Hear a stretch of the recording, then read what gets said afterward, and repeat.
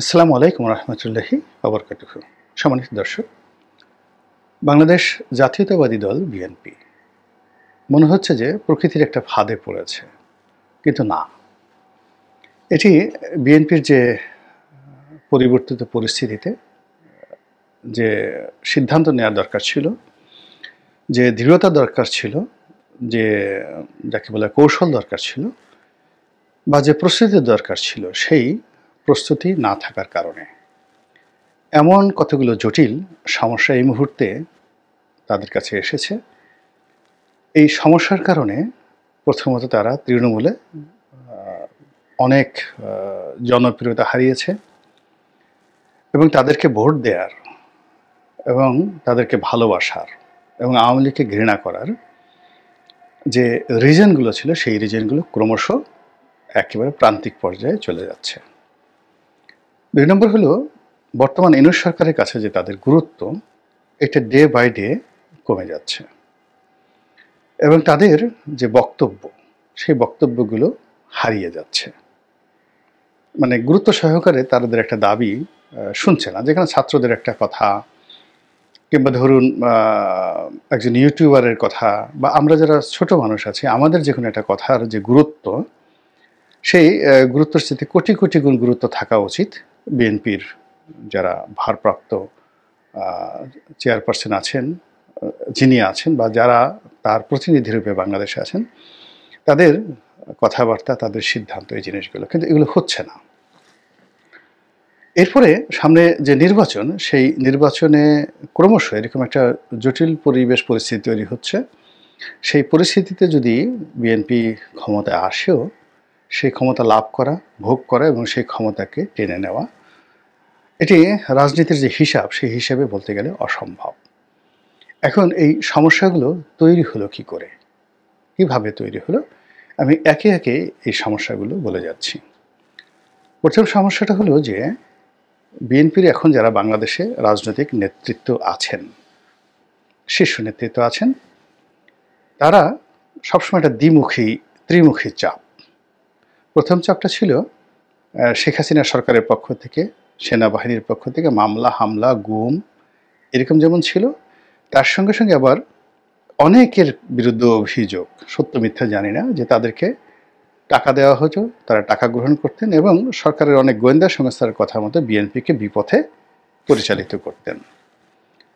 এরপরে এদের একটা বিরাট গ্রুপ বিএনপির, যারা বিগত দিনগুলোতে যথেষ্ট দুর্নীতি করেছেন, অন্যায় করেছেন, অবৈধ সম্পদ তারা অর্জন করেছেন।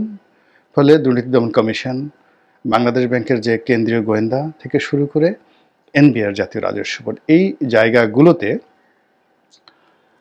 তাদের বিরুদ্ধে অসংখ্য মামলা, মোকদ্দমা এবং অভিযোগ থেকেছে এবং এইগুলোকে মোকাবেলা করার শক্তি সামর্থ্য তারা হারিয়ে ফেলেছে এবং তারা পুলিশের একজন ওসিকে দেখলে থরথর করে কাঁপত। তো এখন এই পরিবর্তিত পরিস্থিতিতে তারা হঠাৎ করে রয়্যাল বেঙ্গল টাইগার হওয়ার চেষ্টা করেছেন, কিন্তু এই লোকগুলোর যে চলাফেরা, ঘোরাফেরা, কথাবার্তা, এটা আমলাতান্ত্রিক মহলে যথেষ্ট নেতিবাচক একটা অবস্থা তৈরি করে ফেলেছে। এবং এই কারণে কি হচ্ছে, বিএনপির যে রাজনৈতিক প্রতিদ্বন্দ্বী এই মুহূর্তে জামাত, এবং তাদের কথার সূত্র ধরে অন্য অনেকেই, এমনকি এই যে যারা সমন্বয়ক, তারা দশমুখে বলার চেষ্টা করছে যে এক জালেম গিয়েছে, তার বিনিময়ে বা তার পরিবর্তে আমরা অন্য জালেম চাই না। তো যখন আপনি আপনার মর্যাদা হারিয়ে ফেলবেন, সম্মান হারিয়ে ফেলবেন, রেপুটেশন, নেম অ্যান্ড ফেম হারিয়ে ফেলবেন, তখন আপনি কোনো অবস্থাতেই জনগণের বিশ্বাস এবং আস্থার জায়গায় যেতে পারবেন না। তো আওয়ামী লীগের প্রতি মানুষের ক্রোধ ছিল, ক্ষোভ ছিল। আওয়ামী লীগ চলে গেছে। বিএনপির প্রতি শুধুমাত্র বিএনপি যারা করেন তাদের সমর্থন আছে, কিন্তু সাধারণ মানুষের যে ভালোবাসা, শ্রদ্ধা এবং তাদেরকে শাসক হিসেবে পাওয়ার যে বাসনা, এটি গড়ে ওঠার সুযোগ হয়নি। আর এখন এটি মাইনাস পয়েন্টে চলে গেছে এই সারা বাংলাদেশের বিভিন্ন জায়গাতে বিভিন্ন রকম কর্মকাণ্ডের ফলে। এবং আপনারা সবাই জানেন, প্রান্তিক লেভেলে যারা আছেন। এরপরে হলো যে এই সময়টিতে যেমন বেগম খালেদা জিয়া, তিনি অসুস্থ এবং তিনি এই সময়টাতে সরকারের পক্ষ থেকে বলা হচ্ছে তাকে বিদেশে পাঠানো হবে, কিন্তু তিনি যাচ্ছেন না। কেন যাচ্ছেন না, এটা নিয়েও কিন্তু অনেক কথাবার্তা হচ্ছে। আবার জনাব তারেক রহমান সাহেব তিনি এখন লন্ডনে আছেন, তিনি কেন আসছেন না এটি নিয়েও কিন্তু কথাবার্তা হচ্ছে। এখন দলের পক্ষ থেকে যত কথাই বলা হোক না কেন, কিন্তু যেখানে তার দলের লক্ষ লক্ষ নেতাকর্মী প্রতিদিন কোর্ট কাছারিতে হাজিরা দিচ্ছে, তারপরে ঝুঁকি নিচ্ছে, বাংলাদেশে বসে অনেক কিছু করছে, সেখানে সুপ্রিম লিডার হিসেবে তিনি সাহস দেখাবেন, নেতাদের চাইতেও বেশি ঝুঁকি নেবেন এবং পরিবর্তিত পরিস্থিতিতে সব কিছু নিয়ন্ত্রণ করবেন নিজ হাতে। এটা সবাই আশা করে। এখন বিএনপির ভিতরে কি আলোচনা হচ্ছে বা নিজেরা কি ভাবছে সেটা বড় কথা না, কিন্তু জনগণ এই সময়টিতে জনাব তারেক রহমান সাহেবের কাছ থেকে যে ধরনের বলিষ্ঠতা, সাহসিকতা দেখতে চাচ্ছেন বাস্তব ফিল্ডে, সেটা আসলে স্কাইপিতে বসে, দূরে বসে বা উনি বিশাল একটা জনসমাবেশের মধ্যে বসে দেখা গেল যে স্ক্রিনে, টিভি স্ক্রিনে লন্ডনে থেকে বক্তব্য দিচ্ছেন, এটার আউটপুটটা আসলে ভালো হচ্ছে না। আউটপুটটা দূর থেকে, আদারওয়াইজ তার বক্তব্য প্রচার বন্ধ করতে হবে ওখান থেকে। এখানে মির্জা ফখরুল সাহেব যেভাবে বলতেছেন, রিজভী সাহেব যেভাবে বলতেছেন এভাবে, বা আমির খসরু মাহমুদ চৌধুরী সাহেব, মির্জা আব্বাস যেভাবে বলতেছেন, ইট ইজ ওয়েল আরাম। কিন্তু তারেক সাহেব যখন ওখান থেকে ওইভাবে বলছেন, তখন কোনো অবস্থাতেই এটা মানে এখানে যারা উপস্থিত তাদের উপস্থিতিটাকে মূল্যায়ন করে দিচ্ছে, আর ওনার যে গুরুত্ব সেই গুরুত্বটাও হালকা হয়ে যাচ্ছে, এবং এটাই বাস্তবতা। এটার বাইরে যদি কেউ বলে তারা শুধু তেল মারবে, এবং তেল মেরে আসলে বিএনপি কোনো লাভ হবে না এই মুহূর্তে। এরপরে যেটা হচ্ছে সেটা হলো who is the friend of mister Tarique Rahman. Tarique রহমানের ঘনিষ্ঠজন কারা বিএনপির মধ্যে, কারা তার রিপ্রেজেন্টেটিভ। যেমন বেগম খালেদা জিয়া বা শেখ হাসিনা, তাদের একটা মিনি ক্যাবিনেট ছিল, কিচেন ক্যাবিনেট ছিল। সেই ক্যাবিনেটের যারা লোকজন, তাদের চেহারা, সুরত, আকার, আকৃতি, এগুলোর উপরে কিন্তু নেতার যাকে বলা হয় শ্রেষ্ঠতা নির্ভর করে।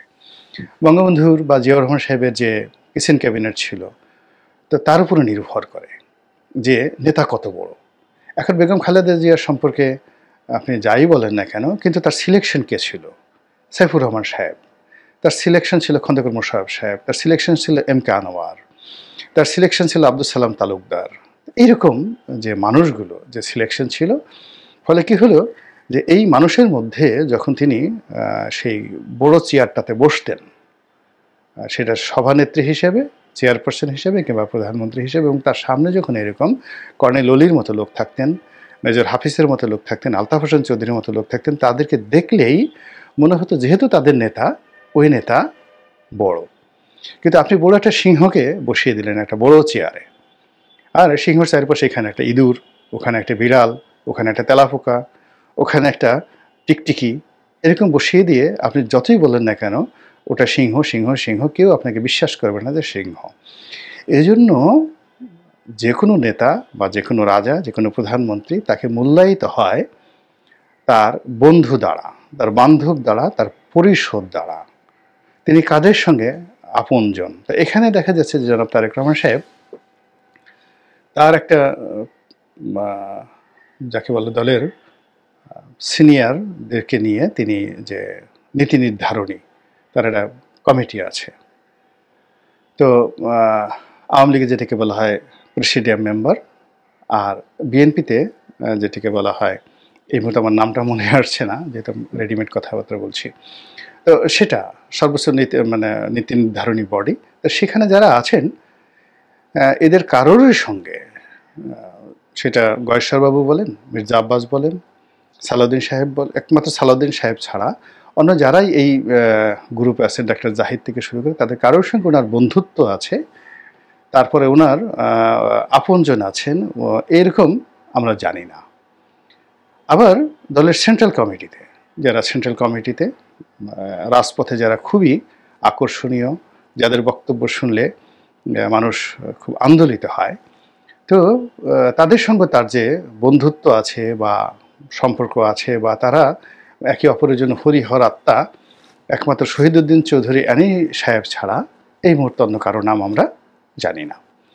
ফলে কি হচ্ছে, টোটাল এখানে তাকে রিপ্রেজেন্ট করার মতো যে নামগুলো সামনে আসছে দলের মধ্যে, সেই নামগুলো তার দরবারে, মানে জনাব তারেক রহমান সাহেবের দরবারে খুবই প্রভাবশালী, এবং সেই প্রভাব ব্যবহার করে তারা কি করছে এখানে, যে দলের সিনিয়র নেতৃবৃন্দ রয়েছেন তাদের সঙ্গে দাপট দেখাচ্ছেন, কমিটি গঠন করছেন, বিভিন্ন জায়গাতে করছেন। ফলে তারেক রহমান সাহেবের যে ইমেজ, এই ইমেজটা বাংলাদেশে মির্জা ফখরুলকে দিয়ে হচ্ছে না, ইমেজটা মির্জা আব্বাসকে দিয়ে হচ্ছে না, ইমেজটা হচ্ছে ওই যে তার যারা আপনজন কিচেন ক্যাবিনেটের যে সমস্ত লোকজন আছে তাদের যোগ্যতা, তাদের অভিজ্ঞতা, এগুলো দিয়ে।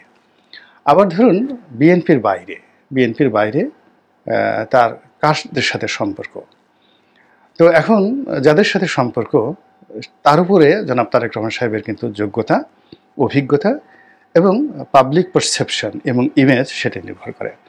অর্থাৎ তিনি যদি একটি আড্ডা দিতেন অধ্যাপক সলিমুল্লাহ সাহেবের সঙ্গে, এবং সেটা যদি মানুষ দেখত, কিংবা তার পক্ষ হয়ে প্রফেসর সিরাজুল ইসলাম চৌধুরী, কিংবা ধরুন জাতীয় অধ্যাপক এ কে আজাদ, এখন এই যে ডায়াবেটিস সমিতির প্রধান, তার সঙ্গে মানে তারেক রহমান সাহেবের সালাম নিয়ে মির্জা ফখরুল সাহেব সবাই মিলে তার সঙ্গে একটা বৈঠক করতে যাইতেন, এ কে আজাদ সাহেবের সঙ্গে, বিখ্যাত ডাক্তার, কিংবা ধরুন চিফ জাস্টিসের সঙ্গে একটা বৈঠক হতো এবং সিনিয়র নেতৃবৃন্দ যেতেন, তো সেখানে এক ধরনের ইমেজ, বা আমাদের বদরুদ্দিন নবীর সাহেব আছেন, মুজাহিদুল ইসলাম সেলিম সাহেব আছেন, তাদের সঙ্গে যদি তারেক রহমান সাহেবের একটা বৈঠক হতো, বা তার প্রতিনিধি হিসেবে দলের যারা শীর্ষ নেতৃবৃন্দ রয়েছে তারা যেতেন, এটার একটা আউটপুট হতো। কিন্তু এখানে যাদের সঙ্গে বৈঠক হচ্ছে সেটা একেবারে তরুণ, অনির্লক্ষ্য, এবং এই তার দলের সবচেয়ে সিনিয়র যারা নেতৃবৃন্দ রয়েছেন তাদেরকে তিনি যেভাবে ছোট ছোট রাজনৈতিক দলের অফিসে পাঠাচ্ছেন এবং তাদেরকে সেইভাবে গুরুত্ব দিচ্ছেন, এই জিনিসগুলো দলের ভিতরে এবং বাইরে নানা রকম সমালোচনা তৈরি হচ্ছে। এবং ধরুন একজন রাজপথের খুবই গুরুত্বপূর্ণ সংগ্রামী নেতা, বা আমি কারো নাম বললাম না, এক বা একাধিক, এখন তারা যখন জনাব তারেক রহমান সাহেবের সাথে সকালে বিকেলে কথা হয়, এবং সেই কথার রেফারেন্সে যখন দেখা গেল মির্জা ফখরুল সাহেবকে ডমিনেট করার চেষ্টা করেন, এবং নেতার সঙ্গে কী কথা হলো এই কথা শোনার জন্য অন্য একজন যাকে বলে ছোট রাজনৈতিক দলের একজন সাধারণ লোক, যে কিনা আমির খসরু মাহমুদ চৌধুরী সাহেবের অফিসেই ঢুকতে পারবে না, চেষ্টা করলেও ঢুকতে পারবে না, সামনে বসে কথা বলা তো দূরের কথা। এখন যখন সেই আমির খসরু মাহমুদ চৌধুরীকে সেই নেতার বাড়িতে পাঠানো হয়, সেই নেতাদের যাকে বলা হয় অফিসে পাঠানো হয়, নেতা এবং নেতাদের এরকম অনেক, তো এইরকম যারা খুচরা লোকগুলো যারা বিভিন্ন সময় এর কাছ থেকে 10 টাকা চাঁদা আনে, ওর কাছ থেকে যাকে বলে সাহায্য আনে, ওই গোয়েন্দা সংস্থার টাকা খায়, দেশি বিদেশি গোয়েন্দা সংস্থার সাথে বৈঠক হচ্ছে, সেগুলো নিয়ে জিনিসগুলো নিয়ে যারা যাকে বলা হয় মার্কেটিং করে, সব জায়গাতে যাওয়ার চেষ্টা করে, এখন তাদের কাছে যখন বিএনপির একেবারে শ্রেষ্ঠ মানুষগুলোকে পাঠানো হয়, তখন এটা দিয়ে আমাদের যে রাজনৈতিক অঙ্গনে কি মেসেজ যায়, নেতার রুচি, নেতার আভিজাত্য, নেতার ভিশন, নেতার মিশন, এই জিনিসগুলো কোন পর্যায়ে যায়। যেমন শেখ হাসিনা যে কাজগুলো করতেন, তার প্রয়োজন হলে তিনি অনেক সময় একটা ওসির সাথে কথা বলতেন, এটা দলটাকে কিন্তু শেষ করে দিয়েছে। ওসিকে দিয়ে তিনি বলতেন যে ফায়ার করে দাও, এটা করে দাও, বা তিনি ছাত্রলীগের কোনো একটা ছেলেকে সরাসরি ডেকে নিতেন, টেলিফোন করতেন, যাও ওখানে ওই বাসে আগুন লাগাও, ওখানে ওর মুখে ঠ্যাং ভেঙে দাও। এই কাজগুলো সরাসরি খুবই ইফেক্টিভ হতো, কিন্তু লং রানে আওয়ামী লীগের মতো দলটাকে যে কী বিপদে ফেলেছে, তা এখন দেখছেন যে আওয়ামী লীগের নাম উচ্চারণ করার মতো এই বাংলাদেশে কোনো লোক নেই, এবং আগামী 20 বছর এটা সম্ভব হবে না। এবং এই 20 বছর আওয়ামী লীগ টিকে থাকবে কিনা এটা দ্বিতীয় প্রশ্ন। এখন বিএনপির ক্ষেত্রে যেটা হচ্ছে যে এত বড় একটা ঐতিহাসিক সুযোগ আসতে পারে, শেখ হাসিনা পালাতে পারে, পালানোর সঙ্গে সঙ্গে শেখ হাসিনা পালাবে, শেখ হাসিনার পতন হবে, এমনকি শেখ হাসিনা গণপিটুনিতে মারা যাবে, এরকম প্ল্যান এ বি সি ধরে তারপর নিজেদের যে প্রস্তুতি, সেই প্রস্তুতি যেটা জামাতের ছিল, ফলে জামাত 24 ঘন্টার মধ্যে অ্যাক্ট করতে পেরেছে, আর বাকি বাংলাদেশের কোনো দলের ছিল না। ফলে যখন সেনাপ্রধান তাদেরকে ডেকেছেন, তারা গিয়েছেন, এবং তারা কিংকর্তব্যবিমূঢ় হয়ে সেনাপ্রধান যা বলেছেন সেটা শুনেছেন এবং কিংকর্তব্যবিমূঢ় হয়ে গণভবনে গিয়েছেন। এখানে মির্জা ফখরুল সাহেবেরও যে অবস্থা, মাহমুদুর রহমান মান্নার সাহেবেরও যে অবস্থা, জুনায়েদ শাকির একই অবস্থা। কিন্তু ওখানে গিয়ে শুধু বসে 1 মিনিটের মধ্যে যাদের প্রস্তুতি ছিল, যেমন আসিফ নজরুল সাহেবের প্রস্তুতি ছিল, তারপরে ওই যে সমন্বয়কারী মাস্টারমাইন্ড তাদের প্রস্তুতি ছিল, তারপরে জামায়াত ইসলামের প্রস্তুতি ছিল, তারা কিন্তু 24 ঘন্টার মধ্যে যা করার তারা কিন্তু করে ফেলেছে এবং টিল নাও এখন পর্যন্ত তারা তাদের সেই গতিটা অব্যাহত রেখেছে, একটু বিচ্যুত হয়নি। কিন্তু বিএনপি সেই কাজটা তারা করতে পারেনি, না করে তারা উল্টো বিভিন্ন রকম ফাঁদের মধ্যে পড়ে গিয়েছে। এখন দেখা গেল যে সচিবালয়ের যারা বিএনপিপন্থী কর্মকর্তা ছিল, দল করেছে, আওয়ামী লীগের পা চেটেছে, চাকরি বাঁচানোর জন্য আওয়ামী লীগের বাপ ডেকেছে, অল অন এ সাডেন সেই লোকগুলোকে বড় বড় পদে বসানোর জন্য বিএনপি সর্বশক্তি নিয়োগ করেছে। হয়তো 10% সফল হয়েছে, 90% সফল হয়নি, কিন্তু সচিবালয় পুরোটাই বিক্ষুব্ধ হয়ে গেছে। পুলিশে একই অবস্থা। এই যে পুলিশের যে সকল সাবেক পুলিশ কর্তা বা এখানে বঞ্চিত অবস্থায় ছিল পুলিশ কর্মকর্তা, যাদেরকে গত 20 বছরে মানে 2006 থেকে এই পর্যন্ত 1 পয়সার উপকার হয়নি বিএনপির, সেই লোকগুলোকে দেখা গেল যে এই 3 মাসের মধ্যে 100 দিনের মধ্যে এমন ক্ষমতা দেওয়া হয়েছে, তারা এরে নিয়োগ দিচ্ছে, ওরে বোধ দিচ্ছে, ওরে থাপ্পড় দিচ্ছে, ওরে এই কাজ করছে, এখান থেকে টাকা নিচ্ছে, ওখান থেকে কাজ করছে। পুরো বাহিনীর মধ্যে তাদের সফলতা, তারা যে কাজ করতে চেয়েছে হয়তো 10%, বাকি 90% তারা ফিল করেছে, কিন্তু লায়াবিলিটিস তৈরি হয়েছে 100%। এইভাবে ব্যবসা বাণিজ্য, চাঁদাবাজি, দখল, ট্রেড ইউনিয়ন, তারপরে শেষে আওয়ামী লীগের দুর্বৃত্তদেরকে আশ্রয় দেওয়া থেকে শুরু করে আরও অনেক কিছু, এগুলো মূলত ফাঁদ। ইট ওয়াজ এ ট্র্যাপ।